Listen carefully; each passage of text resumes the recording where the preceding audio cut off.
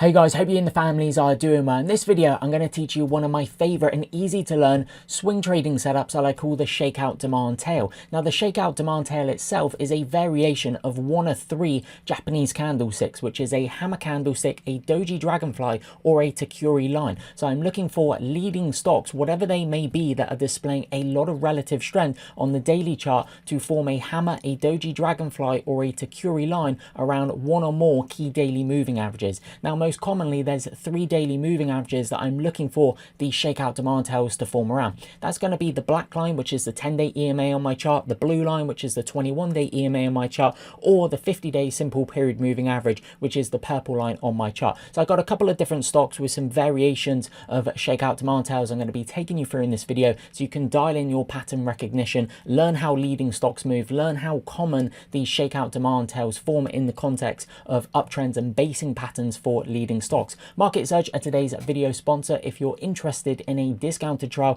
then you'll find a link to that in the description and the comment section below. So let's go gadget straight into the video. So we've got a couple of different stocks. We've got Rocket Lab, we've got Luna. Both of those are space theme related stocks. SMR, which was one of the momentum leaders of the clean alternative energy theme. Tesla, I'm sure you're all familiar with, and this built a really nice flag type pattern. And then get the Shakeout demand tail here. We're going to be talking about that one. And then Kinross Gold, which formed the textbook Shakeout demand tail off its 50-day, and you can see some off the 21 here, off the 10 and 21 here. So we're going to be talking about those. But what I'd like to say at the start of the video is, once you have got this kind of concept of a Shakeout demand tail down, and if you've been watching the channel for a while, you may be familiar with other type of swing trading setups I target, such as trigger bars and gap down reverse bars. What I would encourage you to do is go and look at 10, 20, 50 leaders if you have time over the last, let's say, 6 to 12 month period. Just go and have a look at when they were in the context of uptrends and building common continuation type bases. So they're in the context of an uptrend, and again, it could be a base, it could be a little bit more of a pullback. Much is going to depend on the market environment at that time.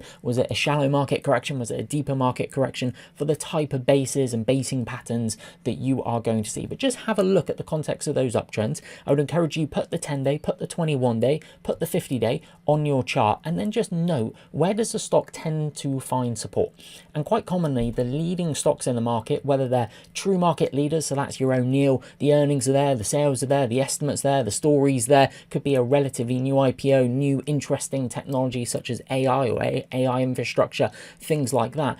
Just notice, where do they tend to find support? Maybe around the 21-day EMA is something you notice. With the momentum leaders, so these are the stocks with the higher 20-day average daily range percentages, okay? So you can see like a Luna here, 8.9. You see an SMR here, 9.04. Whereas a Kinross Gold, a little bit lower, 4.5, okay? It's not really a momentum leader type stock. But those momentum leaders can commonly find support around their 10-day EMA.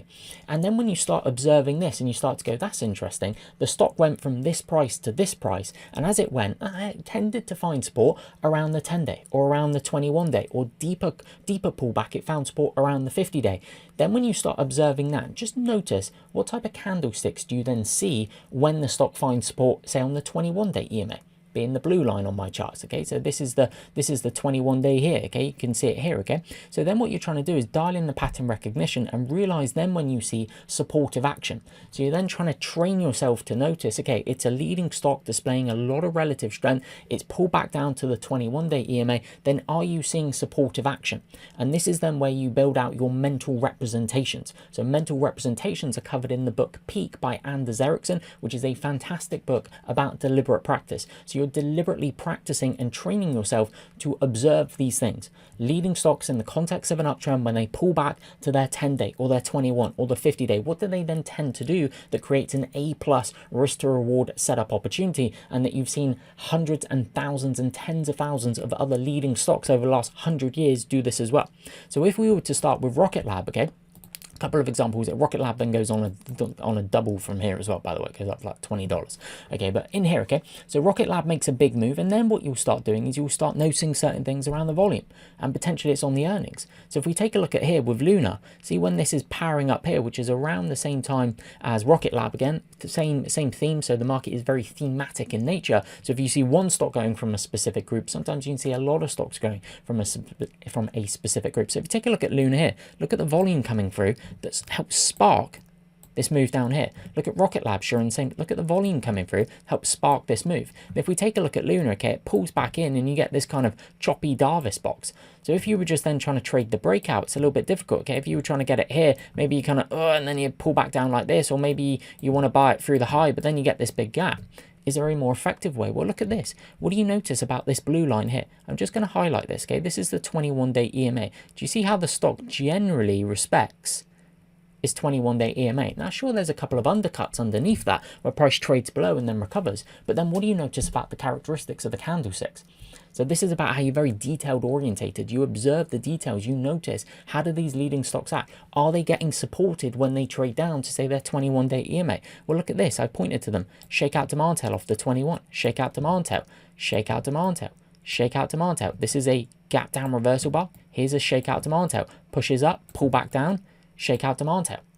If we look at Rocket Lab, okay, this here, builds this little kind of little low wedge flag type pattern in here, falling wedge, okay, and then it goes and puts in this shakeout demand tail that's also a tight low volume inside bar. So I'd also call that what I call a trigger bar, okay, tight low volume inside bar around one or more key daily moving averages, 10-day, 21-day right there.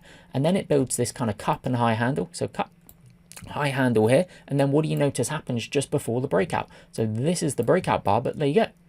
Shakeout demand tail, variation of a hammer, doji dragonfly to Curie line. Okay, it then rallies like this. I then had it on this inside bar in here as well, so it forms this trigger bar in here. But then notice that Rocket Lab then pulls down to here, puts in this shakeout demand tail off of what key daily moving average? The 21-day EMA. Note how it undercuts these recent lows.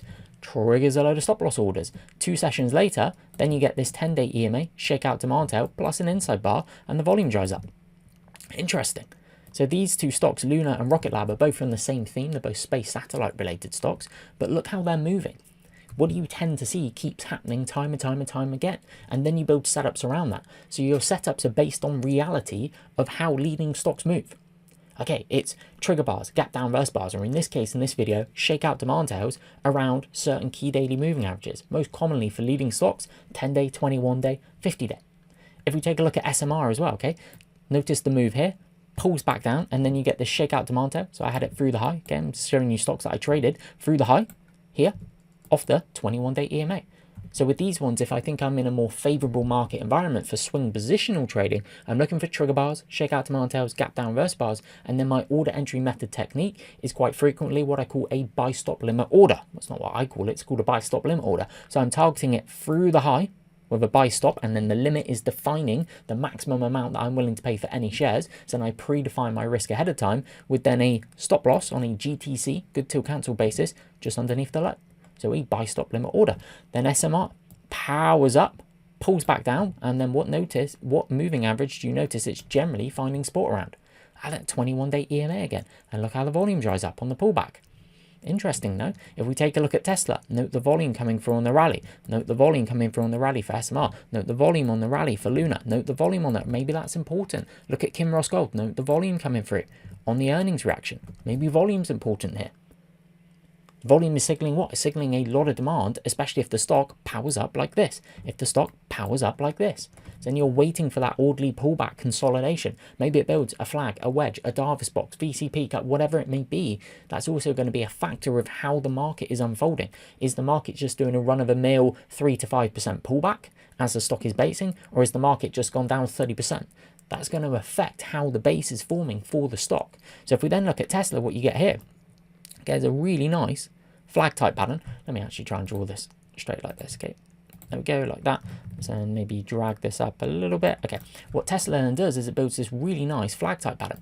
So you see this? So flag builds higher lows, 1 contraction, 2 contraction, 3, notes how you get the volume drying up, just absolute textbook flag there.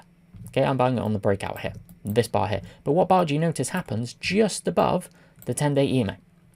Shakeout demand tail. And then where's the close of that bar? Do you guys see that? Closes right on the high of the day. Further indication of strength. So if a shakeout demand tail closes right on the high of the day, further indication of strength. So this is Tesla doing it. Now Tesla is a very different stock to Kinross Gold. So Kinross Gold, you get this shakeout demand tail here, also an inside bar.